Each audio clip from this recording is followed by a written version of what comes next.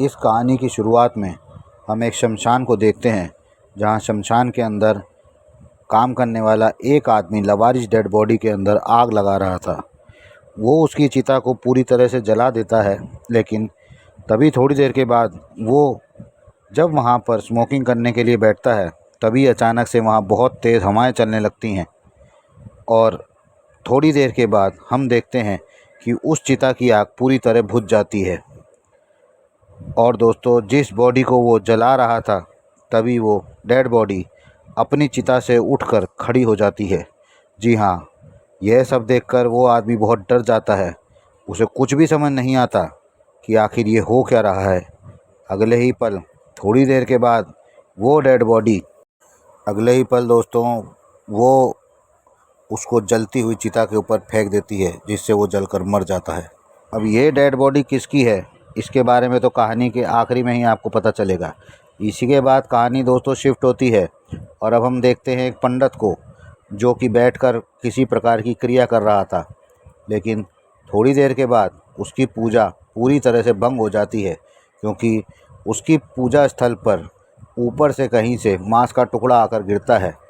यह सब देखकर वो बहुत ही शॉक हो जाता है। उसे कुछ भी समझ नहीं आता था कि आखिर ये मांस का टुकड़ा एकदम कहाँ से आकर गिर गया। खैर, थोड़ी देर के बाद दोस्तों कहानी में आगे हमको दिखाया जाता है उस पंडित का एक बेटा भी है, जिसका नाम आकाश है। आकाश शहर से आज ही अपनी ग्रेजुएशन कर कर आया था, और वो भी बहुत महीनों के बाद। इसलिए उसके पिता उसको देखकर बहुत खुश हो जाते हैं। अब अपने पिता से मिलने के बाद आकाश अपनी माँ से मिलने के लिए जाता है, और जब वो अपनी माँ से मिलने के लिए जाता है तो हम देखते हैं कि उसकी माँ हमेशा बिस्तर पर रहती है। ना ही वो कुछ बोल सकती और ना ही वो कुछ सुन सकती, क्योंकि बीमारी के चलते वो किसी की भी बात नहीं कर सकती। यानी कि उसका होना ना होना एक बराबर था। अब जब आकाश काफ़ी देर बाद अपनी माँ से मिलता है, तब ऐसी हालत में देख के वो काफ़ी इमोशनल हो जाता है। बात करता है अपने पुराने पल, जिसकी माँ उसको देखकर ठीक हो जाती थी और उसको गले लगा देती थी। लेकिन आज ऐसी नौबत आ चुकी कि वो अपने बिस्तर से ही नहीं उठ रही थी। अब दोस्तों थोड़ी देर के बाद एक औरत खाना लेकर आती है, और अब हमको पता चलता है कि ये औरत और कोई नहीं बल्कि आकाश की मौसी है। जब से उसकी माँ की ऐसी हालत हुई है, तब से उसकी मौसी ही उसके पिता का ध्यान रख रही है, साथ ही में आकाश का भी, क्योंकि दोस्तों उसके पीछे एक बहुत लंबी कहानी है। आकाश की मौसी मौसी के पति की बहुत साल पहले डेथ हो गई थी। तब कुछ टाइम पहले मौसी की एक बेटी हुआ करती थी, जिसका नाम ज्योति था। उसकी भी मौत हो गई थी। मौसी को यहाँ पर बहुत ही मुश्किल होती है। थोड़ी देर के बाद ये दोस्तों एक दूसरे के गले लग जाते हैं और एक दूसरे को शांत करते हैं। इसके बाद तभी रात हो जाती है, और रात के वक्त पर आकाश को देखते हैं, जो अपने कमरे के अंदर सो रहा था। अब गई रात को आकाश को एक बहुत ही डरावना सपना आता है। इस वजह से उसकी आंख खुल जाती है, और जब उसकी आंख खुलती है तो दोस्तों वो नोटिस करता है कि शायद उसके कमरे के अंदर उसके अलावा और कोई भी मौजूद है। उसके कमरे के अंदर एक खुफिया दरवाज़ा बना हुआ था, और उस दरवाजे के अंदर से कुछ अजीबोगरीब प्रकार की आवाज़ें आ रही थीं। यह सब देखकर वो बहुत डर जाता है। आकाश उठता है और उस खुफिया दरवाजे को खोलता है, लेकिन वो जैसे ही उसे खोलता है तो अंदर से कोई भी नहीं दिखाई देता। लेकिन अगले ही पल के अंदर उसे कोई ज़ोर से धक्का देता है। इस वजह से वो नीचे की ओर गिर जाता है, लेकिन अभी उससे दरवाज़ा बंद नहीं हो रहा था। अजीबोगरीब प्रकार की आवाज़ें और तभी से देखकर आकाश अपने कमरे से बाहर निकल जाता है, और कमरे के बाहर निकलकर वो अपने घर के बाहर आ जाता है। अब जब वो अपने घर के बाहर आता है तो उसे दिखता है कि बाहर सारे में टूटी हुई हड्डियां पड़ी हुई हैं। जी हाँ, और ये देखकर वो लिटरली बहुत ही शॉक हो जाता है। थोड़ी देर के बाद वो और बाहर को निकलता है। अब आगे बढ़ते बढ़ते उसे वहाँ पर कुछ भी दिखाई नहीं देता। लेकिन दोस्तों थोड़ी देर के बाद हम उसके पीछे को देखते हैं, एक साया जो कि उसके पीछे आकर खड़ा हो जाता है, और अगले ही पल कोई चाकू की मदद से उसको मारना चाहता है। लेकिन इससे पहले कि वो चाकू आकाश के अंदर लग पाता, तभी पूरी ताकत से धक्का दिया जाता है, और उस धक्का देने की वजह से वो चाकू अंदर जाकर लगता है। यह सब देखकर आकाश की रूह कांप जाती है और तभी उसे एक खौफनाक साया भी दिखाई देता है। यह सब देखकर वो खुद को संभाल नहीं पाता और वहीं पर बेहोश हो जाता है। अगले ही पल जब हम सुबह देखते हैं तो उसको होश आता है और उसके पिताजी पंडित जी और उसकी मौसी उसके पास थे। सुबह के वक्त अपने पिताजी को अपने साथ घटित हुई सारी घटनाओं के बारे में बताता है। वो बताता है कि उसने रात के वक्त दरवाजे के अंदर किसी को देखा था। वो बोलता है कि शायद इस घर के अंदर कोई प्रेत आत्मा भटक रही है, लेकिन उसके पिताजी पंडित जी उसकी बात का विश्वास मानने को तैयार नहीं होते, क्योंकि उनके अनुसार उन्होंने पूरे घर को बांध कर रखा है, इसलिए कोई भी बुरी शक्ति उनके घर के अंदर प्रवेश नहीं कर सकती। लेकिन जब एक ही बात को वो बार बार अपने पिता से कहता है तो उसकी बात मानकर पिता उसका फैसला करता है कि वह एक पूजा करेंगे और इस घर के अंदर कोई बुरी आत्मा होगी या नहीं होगी तब उनको पता लग जाएगा। अब दोस्तों इसके बाद अगले सीन में हम देखते हैं पंडित जी यहाँ पर बैठकर अपने घर के अंदर क्रिया कर रहे होते हैं और ये जानने के लिए इस घर के अंदर कोई बुरी शक्ति है या नहीं वो उस क्रिया को अंजाम देते हैं। लेकिन क्रिया करने के बाद उनको भी पता चल जाता है, यानी उनको यकीन हो जाता है कि इस घर के अंदर एक बुरी शक्ति भटक रही है। जी हाँ, लेकिन वो कौन है और कहाँ पर है इसके बारे में इन्हें कुछ भी नहीं पता चलता। लेकिन पंडित जी अपने बेटे आकाश से बोलते हैं कि वो बुरी शक्ति के बारे में वो सब कुछ पता करेंगे और उसे नष्ट कर देंगे। इसके बाद तभी हमको अगले दिन का सीन दिखाया जाता है और अगले दिन जिस क्रिया को वो कर रहे थे और वो यही पता करने की कोशिश कर रहे थे कि इस घर के अंदर कौन सी बुरी शक्ति है। अब जब वो उस क्रिया को कर रहे थे तभी अचानक उनके रास्ते में एक प्रेत आत्मा आ जाती है और उनके काम को रोकने की कोशिश करती है।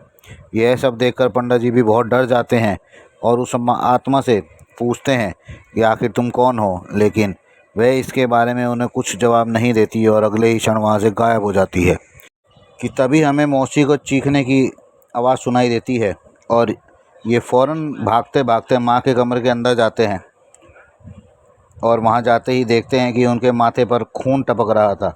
यह सब देखकर आकाश बहुत डर जाता है, लेकिन पंडित जी यानी उसके पिता उसको कहते हैं कि अभी हमने जिस आत्मा को देखा था दरअसल वो आत्मा किसी और की नहीं बल्कि तुम्हारी माँ की आत्मा है और हम उसका चेहरा इसलिए दिखाई नहीं दे रहा था क्योंकि अभी वो ना ही वो पूरी ज़िंदा है और ना ही पूरी मरी, मतलब कि ना ही अभी वो ज़िंदा में कह सकते हैं और ना ही हम उसको अभी मुर्दे में कह सकते हैं। दोस्तों यह सब बात सुनकर आकाश की रूह कांप जाती है और उसके बाद वो बिल्कुल समझ नहीं पा रहा था कि अगर ये उसकी माँ है की आत्मा है तो वो उसे मारना क्यों चाहती है, उसे नुकसान क्यों पहुंचाना चाहती है। और इसी बात का जवाब पंडित जी को हासिल करना था। और इसके बाद तभी अगले सीन में हम आकाश को देखते हैं जो अपने कमरे के अंदर बैठकर फूट फूट कर रो रहा था। वो आखिर ये नहीं समझ पा रहा था कि उसकी माँ की आत्मा उसको क्यों मारना और नुकसान पहुंचाने की कोशिश करेगी। आकाश इस बात को मानने को तैयार ही नहीं था और उसे इस बात का पता लगाना था आखिर इसके पीछे की वजह क्या है। और वो इस बात का पता लगाने के लिए एक बार फिर से उसी दरवाजे के करीब जाता है और उसे खोलने की कोशिश करता है। लेकिन वो जैसे ही उसे खोलता है अचानक से उसको चोट लग जाती है और अगले ही पल हम देखते हैं कि उस दरवाजे के अंदर से एक प्रेत आत्मा बाहर निकलती है। जी हाँ, और ये प्रेत आत्मा वही है जिसको हमने एपिसोड के शुरुआत में देखा था। लेकिन आकाश उसे देखकर बहुत ही शौक हो जाता है। उसे कुछ भी समझ नहीं आता कि आखिर ये प्रेत आत्मा किसकी है, क्योंकि उसकी माँ की आत्मा इस तरह दिखाई नहीं देती। दोस्तों वह बहुत ही डरावनी दिख रही थी। अब थोड़ी देर के बाद आकाश के चिल्लाने की आवाज़ सुनकर मौसी उसके कमरे के अंदर आती है और जब वो कमरे के अंदर आती है और वो उस प्रेत आत्मा को देखती है तो उससे पूछती है कि आखिर तुम कौन हो। और वो प्रेत आत्मा उसको जवाब देती है, कैसी माँ हो तुम जो अपनी ही बेटी को नहीं पहचान पा रही।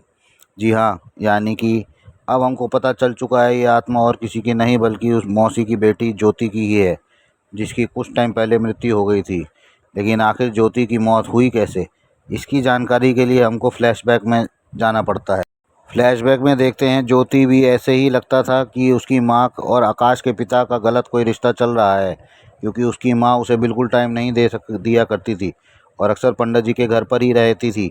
यह सब देखकर ज्योति को बहुत बुरा लगता था और इसे उसने एक बार अपनी माँ से बात भी करी, लेकिन उस बारे में दोनों को झगड़ा हो गया और ज्योति ने खुदकुशी करने का फ़ैसला किया और वो छत पे जाकर खुदकुशी कर लेती है। लेकिन उसकी बदकिस्मती इतनी थी कि नीचे एक चूड़ियों का ठेला खड़ा था, वो उस ठेले के ऊपर गिर जाती है, जिससे सारी की सारी कांच की चूड़ियाँ जो उस ठेले पर रखी थी उसके मुंह पर गड़ जाती हैं। उसकी बहुत ही दर्दनाक मृत्यु हो जाती है।